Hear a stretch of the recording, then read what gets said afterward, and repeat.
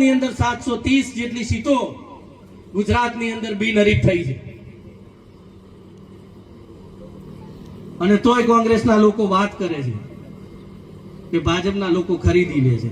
ભાજપ જો ખરીદવા બેહે તો આખું કોંગ્રેસ આવી જાય. ઉમેદવારને ખરીદવાની જગ્યા નથી. ઉમેદવારો એમને મળતા નથી.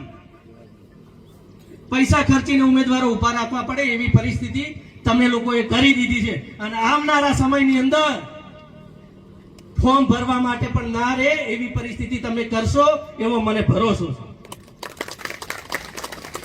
અને 26 તારીખે જ્યારે મતદાનનો દિવસ હોય ત્યારે સવારે વહેલા આપણા જે ભારતીય જનતા પાર્ટીના આપણા એક મત થઈને સૌ ગામના દરેક બૂથમાંથી જ્યારે આ વિસ્તારના મતદાન નીકળે અને ગામમાં વાત આવે ભાઈ આ ગામનું આ બૂથ 90% 95% ભારતીય જનતા પાર્ટીની તરફેણમાં પડ્યું છે ને અહીંયા બેઠેલા બધાને થાય ના ગામે વોટ આપ્યા છે તો આ ગામની ચિંતા આપણે કરવી છે. આ વિકાસનો ગામનો દોર આપણે અત્યારે લઈને જે ગામનું એક કામ બાકી હોય એ ભારતીય જનતા પાર્ટીની સરકારની અંદર આ તાલુકા પંચાયત જિલ્લા પંચાયતના સદસ્યો તમારા વચ્ચે રહીને કરશે એવી અમને આશા છે. અને આપ સૌ મોટા પ્રમાણમાં અત્યારે 2 દિવસ બાકી છે કે ગામે ગામ જઈ અને ગામના દરેક ઘર સુધી મારા વડીલો જો પહોંચશે તો એક પણ પરિવાર એવું નહીં કે અમે ભારતીય જનતા પાર્ટીને વોટ નહીં આપીએ, એ સામેથી વોટ આપવા માટે તૈયાર થશે.